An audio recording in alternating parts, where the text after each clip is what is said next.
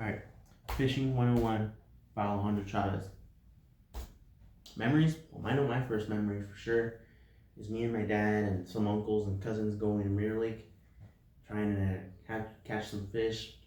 I remember them taking coolers, a whole bunch of food, a little grill, meat, food, tortillas, and all of us cousins going out there trying to catch some fish. And wasn't we didn't for sure catch anything, but we I for sure remembered it just because all of us were together. And actually, just because of this presentation, I recently asked my father how it was, why there was so many of us, just that one spot of fishing on the lake. But they said it took them a couple weeks to even plan it out. Who would take the bread for sandwiches? Who would bring meat? Who would bring some charcoal? Who would bring worms for fishing, poles and stuff like that? Because I guess we all shared and took turns even fishing because not all of us had licenses.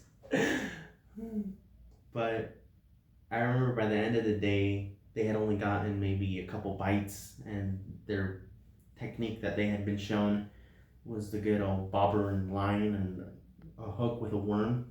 And although they didn't catch anything, they for sure, I remember them getting some bites, and they would just, even though they didn't catch anything, they kept on trying all day, just cast after reel, cast after reel.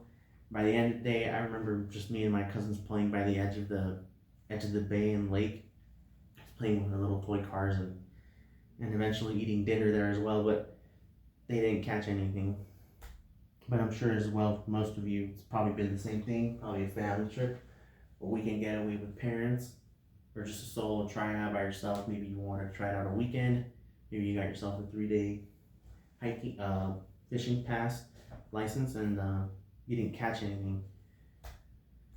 Here's some things that you will need if you're hopefully trying to get back into it.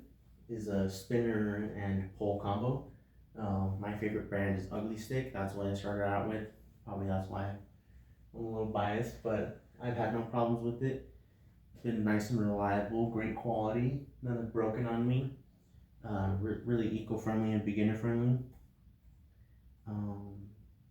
Some baits that are really popular are for sure power bait, soft rubbers, spinners, hooks, swivels, and lines. Hooks, I for sure go with just a single one. If you're just gonna catch and release, as in get the fish, take a picture with it, and then let it go back. That's for sure what I would do. If you're keeping it, I'd probably go with a triple hook, just because it's more for sure that the fish will bite into it and get a good grip on that hook. Swivels just depends which way you're rigging it. I don't know, just you'll have to try it out, see which method works best for you, and rig wise.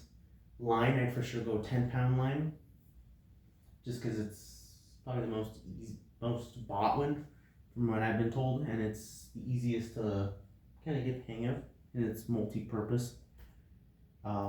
License, for sure, get your license. It's just $40 a year, or you could do the three-day weekend for $15 as well. Pricing, the only thing is with licenses now, you can't go just to the store and buy them. You have to go through the Utah DWR website and fill out your form and give them your driver's license info and pay your fee.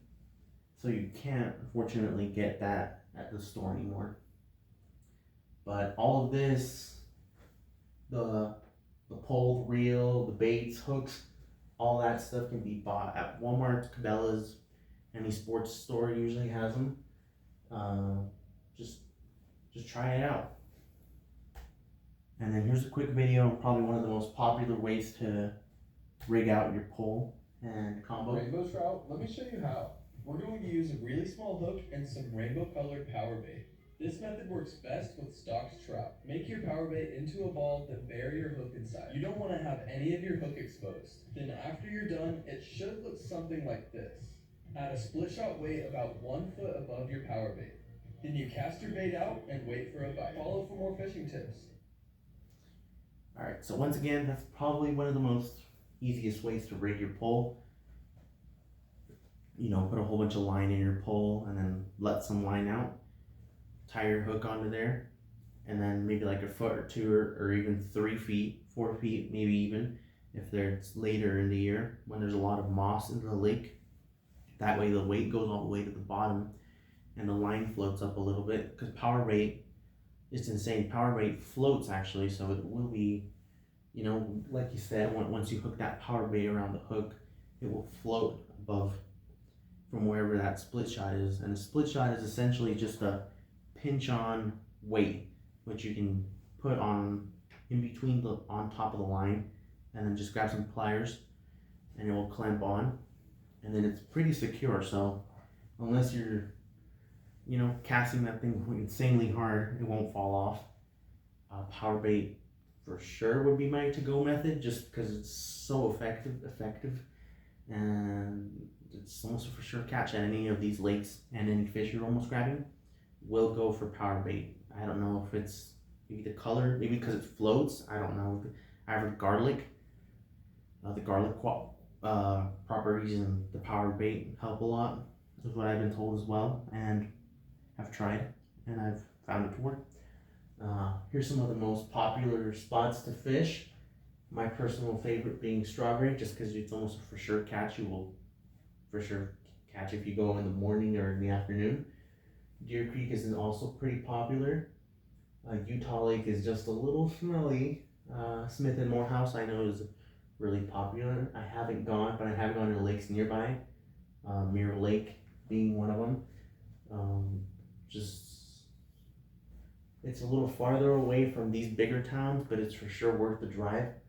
All the scenery you get to go through, and wherever you're fishing, it's almost more calm, I would say, than a place like Deer Creek where it's more of a beach area when there's a lot of people and things going on. So it just becomes a little hectic if you're only there to fish. But if you're going to Deer Creek and maybe pulling out your paddleboard as well, might be the better spot for you. I know Flaming Gorge is also really popular. A lot of big fish come from there, like state record fish come from there, making it really, really popular. But Strawberry and Flaming Gorge, if you want to ice fish, are, I've heard, really good. I've only ice fished once or twice. It's just almost a separate thing because you need a whole bunch of other stuff, but it's makes it all worth it. Any of these spots are recommendable, just wherever is nearest you. Try it out, see what kind of fish also you would like to get.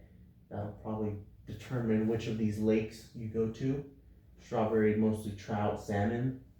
Flaming Gorge, lake trout, salmon. Deer Creek, I think it's some cutthroat, but mostly rainbows. Utah Lake, I think there's even carp and big catfish. So just depends what kind of fish you're going for. We'll take you down the road to a certain lake in mind. But at the end of the day, it's just going out there, trying it out, making sure you have some fun. You know, don't get mad that you don't catch a fish maybe in the first hour or even a bite. Just relax, you know, have some fun. Take someone with you if you want to.